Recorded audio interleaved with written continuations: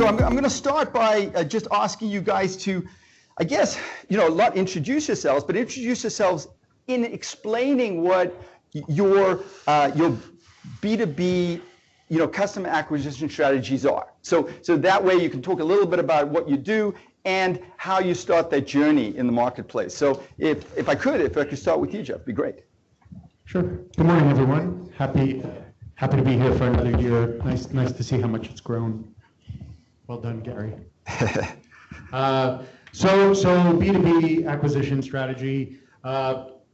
Think Capital's been in the market for quite some time. The running joke with us is we were 6 years old when we woke up and got called a fintech. So been at this for quite some time. Our strategy is increasingly one of Intel Inside. What that means is so much of our net new origination comes from a trusted brand that is not ours. Increasingly, we are partnering with incumbents that have captive audiences, still entirely focused on small businesses, and creating an amazing user experience in the way that those small businesses interact with that brand. What we're learning more and more, and it was just mentioned, user experience is paramount. The other thing that's paramount and a little bit less tangible and harder to qualify is the notion of trust.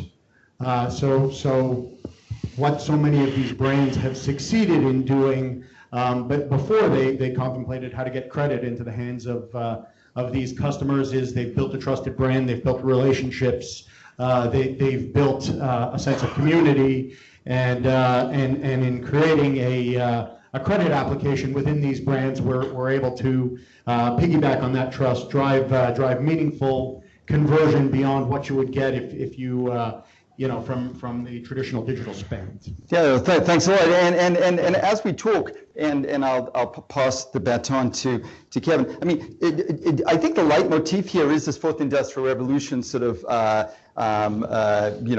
theme that keeps on coming back. This motif, and I'd like to weave that in there because obviously data, ML, AI are all part of the way that you approach the market. So Kevin, talk a little bit about what you're up to and weave that narrative around what you've done with Lendify. Yeah. Okay. Well, I'll leave the tech part to Ali. He's next. He can speak on the details.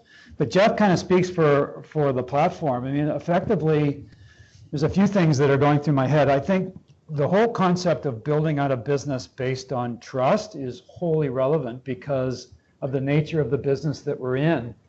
And what's interesting to me is that if we go back, and I'm only 3.5 years old in this space versus Jeff being 8 or 10 or whatever the number is, but the brand awareness is hugely important, and what's behind the brand has to be trust. And so we've all, I'm sure, taken the time to speak to the governance issues and the necessary stabilizing factors that give an applicant or a user a sense of trust through the process. If you don't have that, you don't have a business. And it's become very interesting to me that in Canada, this business of lending on an innovative basis into the small business community does not experience a plethora of companies.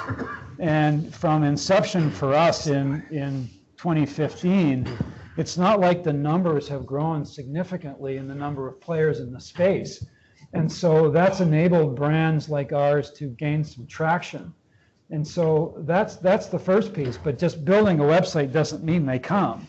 The whole Kevin, just sorry to interrupt you there, yeah. But this whole theme of the trust, is trust different for a sort of non-traditional lender versus an incumbent lender? Is it harder to build trust? Is trust more paramount because you're not an incumbent brand on every street corner? Let me put it to you this way. It's a lot more difficult to create trust when the money is going into the organization versus the money going out. So lenders have the ability to create opportunity in a customer base, but you've got to be smart about it or you won't get it back. But I think there's a bigger concern on the inflows. But for a lot of us, we're monolithic in our product offering, and so we're not under the regulatory watchdog, and we don't have capital requirements because we're not creating liabilities here. We're building assets, and so it's a whole different perspective. But I would argue that, as I was going to say before you interrupted me, Gary.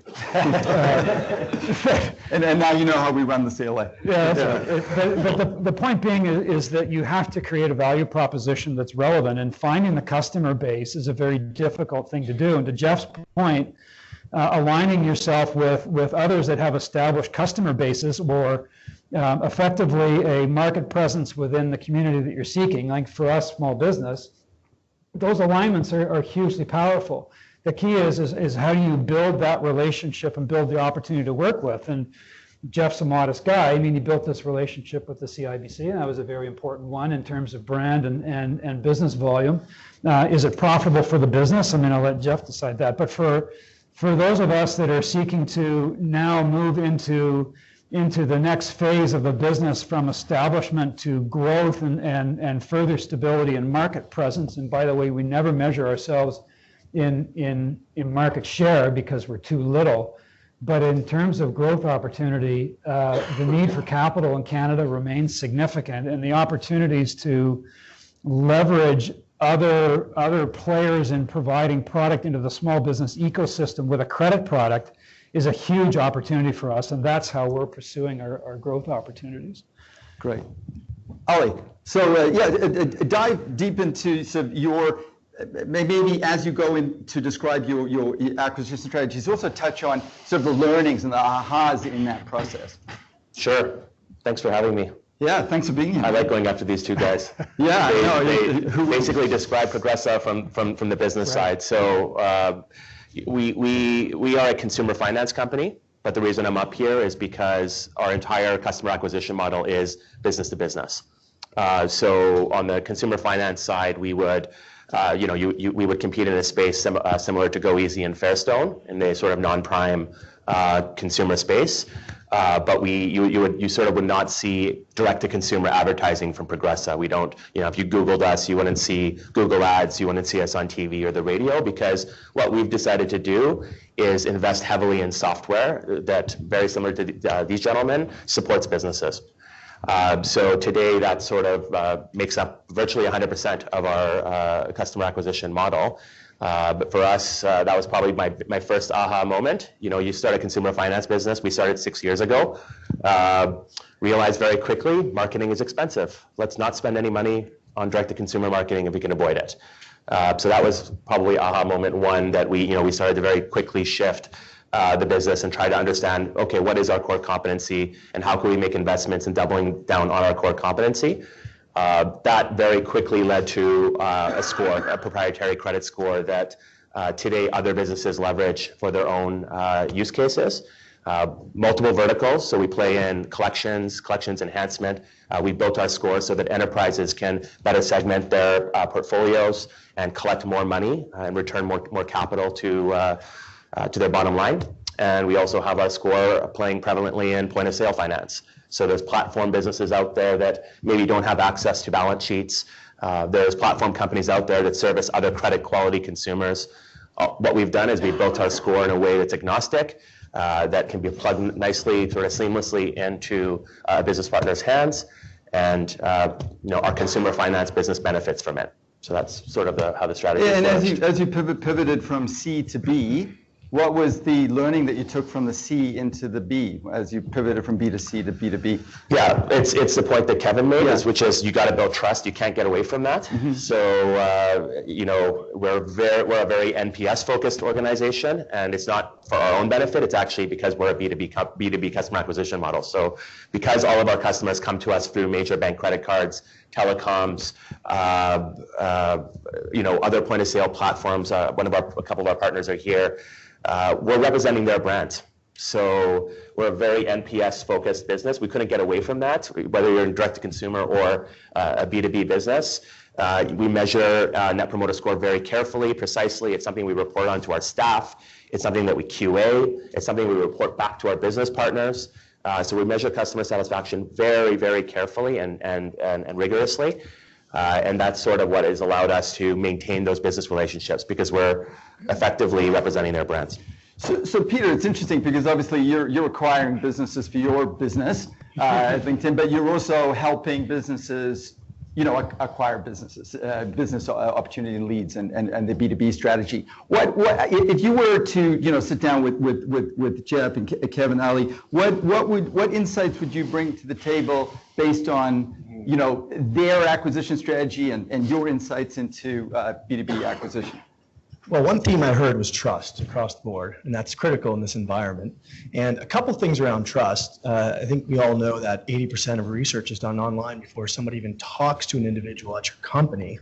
So building that trust using digital assets is incredibly important. One thing that a lot of people don't realize is a big part of your trust is your employee base. They are brand ambassadors. How they show up in their digital footprint, the thought leadership they bring to market is incredibly important to building trust with your clients. Clients will look up the person that they're doing business with 70% of the time before they have a conversation.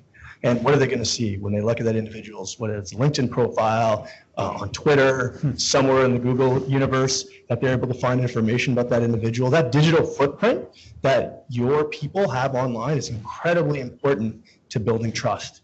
The last piece about building trust is scaling your network and your relationships. So 88% of customers, your customers, will take a meeting through an introduction. And we've all done that in face-to-face relationships, going to conferences, being here today, exchanging business cards. But using your digital network to do that at scale allows you to really accelerate your deal cycle. Got it. And then moving across the glass, obviously you guys work closely together, but what would you sort of add to what you said in the intro and based on your obviously your relationship with LinkedIn, how would you extend that and learnings on the B2B side? Just building on that theme of trust, one of the things that we're seeing as we engage with pretty much all the enterprise and large customers across Canada is that actually comes up from a technology perspective. So I'm going to touch on the technology side. What they're looking for is a platform that certainly is transparent with how that cloud service is being run, to know that it's not being used for other reasons, but primarily for the purposes of your digital transformation and your products and services. They're looking for a platform that is compliant, a platform that all the different regulatory industry bodies that we're working with these bodies. They're looking for one that has all the different certifications. There's ISO certifications, CSA, SOC certifications everywhere. And so they want to make sure that platform that they're using to serve their customers is compliant. And of course, security is very important, right? So in this world that we're in a cyber war today, where we're being attacked day in, day out, and you don't want your organization to be on the front page of the newspaper on the headlines around being hacked. And so you want a platform that invests heavily in security.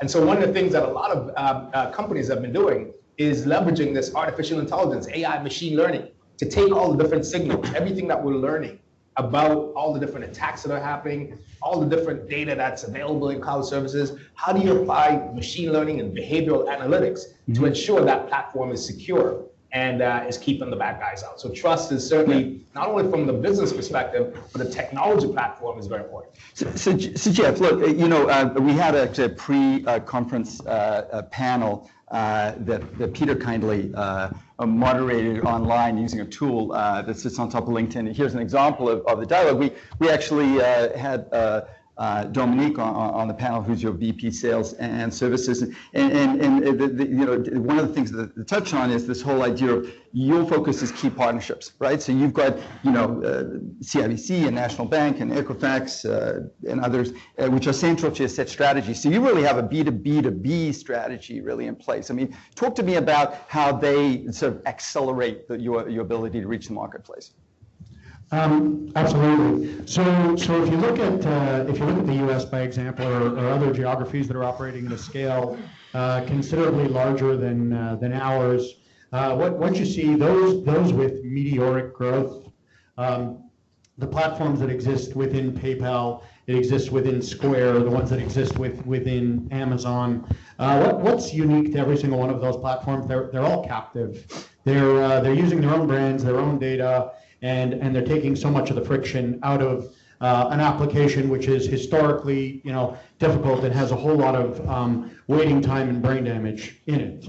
So the reason why these guys go from a standstill to hundreds of millions, if not billions of dollars of origination so quickly is they start within a large captive user base that is already trusted for reasons other than the elements of credit, and what they do is they go back to the concept of a great user experience and a notional click fund, which is the idea of saying everything that we already know about you, we've embedded into this offer. The offer is remarkably accurate out of the gate, and it's flipped the notion of how to apply for a loan on its head. So what we're doing is we're ultimately being acting as that partner to these storied brands that exist in this country. We're giving them the ability to take the fact that they have large captive audiences, that they have a lot of relevant data about their customers to create a really dynamic and differentiated user experience where so much of the friction comes out of the lending experience. You start with a notion of trust, and what you create is you create a stickiness that hasn't traditionally existed because so many small business relationships have meaningful churn as an element to it. Got it. I mean, it's interesting this word trust because I dabble in the blockchain space and you call that a trustless environment, right? And trust is somewhat a sort of a necessary evil sometimes. It's always it's like you talk about trust, but it's relative trust. I trust you more than I trust the other guy. So in a marketplace which is obviously rapidly changing, and we heard today how fast it's going to change next year. As we look from 2018 to 2019, what would you say, and we don't have to stick only to customer acquisition, but as you move your businesses, and obviously accelerated through acquisition strategies, what would you say, and we can start with Kevin and Ali and just move forward, is what would you say is fundamentally going to change as we move into 2019? Or what would you say in the context of your own business and in business, the industry at large? Let me go. Sure. I was just going to note that I think it's awareness. I think the whole concept of financial services in terms of how one accesses financial services products has completely changed even in the last few years. And I think the acceptance model and the recognition that financial services, like the companies that Mark put up on the screen earlier, like the whole millennium set and the whole trend towards the access to financial services online is like it's a no-brainer. We all know it's coming and it's here. And it's only going in one direction, and that brings tremendous opportunity for companies like ours. I think what's interesting from our own user experience is that the number and the size of businesses that are interested in accessing capital from our platform has grown. We have traditionally been a provider to pretty small businesses, and now that trend is a much broader one. And it's an interesting one because our own cost of capital is slowly coming down, which allows us to broaden our price point of our product in the marketplace. But interestingly, without a lot of movement in price on our product, we've seen larger companies with broader access to capital tap the likes of our product for their use. And it's an interesting dynamic, and I think that what that's telling us is that the value proposition of quick and efficient cash, and we certainly don't do 15 minutes to put cash into a company's bank account. We do our best, but it's not 15 minutes. But it's an acceptable time and a value proposition that's acceptable to a broader marketplace than it was a few years ago. Great, Kevin. Ali, obviously there's Venn diagrams here, but what would you say to add to that in your business and experience looking at 2019? Yeah, I mean, the market has certainly changed significantly, even in the short period of time that we've been in business, the 6 years. There was, I don't know how many fintechs in the beginning, and then we had sort of a rapid increase of them. And many of the lending businesses have actually sort of fallen off. The ones that started as lenders, or maybe they went down the route of marketing, they went down the route of other customer acquisition models. And so lending became sort of a secondary thought. We stuck to lending, and so looking forward, I think I'll just sort of speak selfishly for a second. I'll just refer to Progressa, and I'll add to Kevin's points because I agree with them. I think the next sort of, I would layer on top of that the businesses that will thrive, I think, going forward, also have a layer of transparency in their business models that they can point to. So we spoke about trust, but when I say transparency, I mean, we're lenders, so let's talk about risk management. I can't just walk into another business, for an originator as an example, and tell them I can do this better than you. I have to prove it. I have to demonstrate it. They have to test it. And so you need to be a very transparent organization. You need to come with the reports, come with all the information that they need to make an initial ROI decision, and then see it all the way through to the end. So I think the companies that have thought through that business life cycle, or that sort of transparency life cycle, for lack of a better way of putting it, are the ones that are going to flourish moving forward in the B2B customer acquisition race. I mean, these two are all over that. And that's why I suspect they'll be around in a few years. But there's many companies that probably are playing a lot of catch up there. Great. Well, and so then to move to Peter, tell me about the trends that you're seeing moving into, again, 2019. I mean, what maybe the average buyer circle. Just tell me a little bit about the landscape and how that's going to change.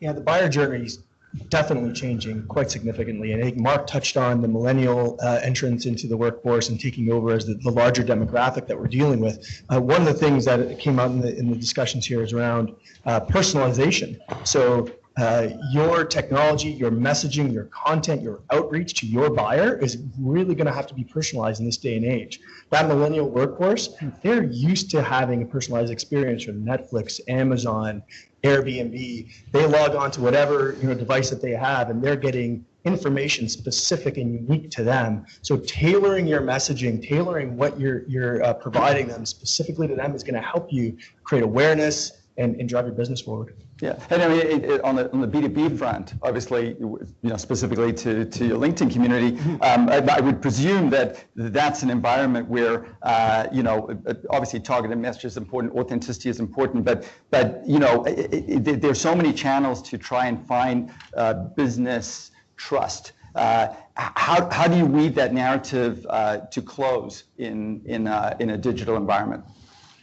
Well, in terms of moving to close in a digital environment, using digital technologies to help you with that buyer journey, that buyer, that center of influence within your customer base. So the typical center of influence, the typical number of people that you maybe need to sell to now, you need to get on board to move a transaction forward, is moving up to 10 individuals in any transaction. That used to be much lower. So you need to have trust and influence across a broader range of individuals. How do you do that? You need to be able to find them, you need to be able to engage with them, and use your network to build relationships with them through introductions, which is the best way to do that. Great. Thanks a lot. Anything, Gladstone, to add to looking forward? If I map out the last couple of years, a couple of years ago, with all these new technologies that are out there, a lot of our customers are asking us about, the definition. What does it really mean? What does it mean for my business? The last year or so, we've been focused on not the what, but the how. How do we help them to get there? And so as I project in 2019, I see that you would reach that tipping point. And a lot of customers now have solutions. They're doing proof of concepts. They're doing hackathons. They now have solutions that they're going to be putting in the market. And so, what I'd say is, if you don't have a digital strategy yet, you haven't done the ideation on how all these different technologies are going to help you with this digital transformation, now is the time to make that happen. Because if you don't, your competitors will be doing that next year. Because we're in a fourth industrial revolution. Absolutely. Getting back to Jeff, one of the things that came out, and getting back to more sort of tactical strategies, which I found fascinating, is you guys split your sales force into two. You have your business development reps, your BDRs, and your account rep executives, right? And you use that to focus your training and selling skills to try and sort of close the way that you address the market. Can you touch on that a bit? Because that's one of the conversations that sort of came up when we were speaking to Dominique. Sure. You got to take that approach to splitting the sales force in context From the outside looking in, what you see is you used to borrow at a branch with a whole lot of paper, and in the new world, the misconception is you press 2 buttons and money comes in the bank. The reality is somewhere in between, and one of the most kind of challenging lessons in our business is you start to think about how the borrower wants to borrow instead of how the institution wants to lend. And sometimes the borrower doesn't want to borrow in 3 seconds. And sometimes the borrower doesn't want to borrow in 3 clicks. And sometimes the borrower wants to reach out and touch someone. And that's okay. So one of the smartest things I've heard a lender in our space say is, in time the borrowers will make up their mind what best practice looks like, but in the time until that happens, you need to be good at all options.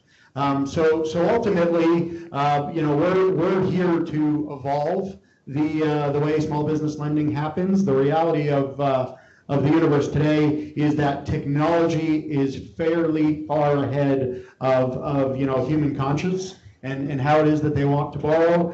So technology doesn't always hit the pizza shop first. Sometimes the pizza shop wants to come in through LinkedIn as an example, give a limited amount of information and then feels comfort in speaking to somebody. Sometimes the laundromat doesn't have time, wants to apply at 3 in the morning, wants to get a decision first, and is comfortable putting credentials into it. All of that variability drives an organization that needs to act in a way, back to the notion of how the customer wants to borrow and support what is ultimately hundreds of kind of interaction opportunities. Yeah, no, it's a great insight. It's sort of omni-screen trust.